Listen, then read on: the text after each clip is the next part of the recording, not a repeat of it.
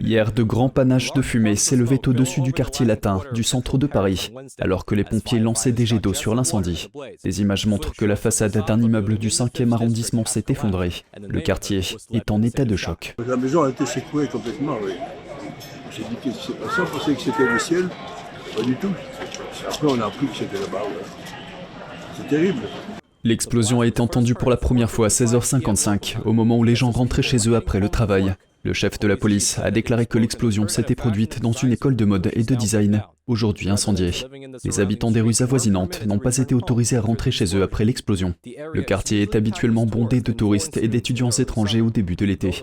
Bien que les flammes aient finalement été éteintes, les autorités s'efforcent toujours de retrouver des traces de vie humaine sous les décombres.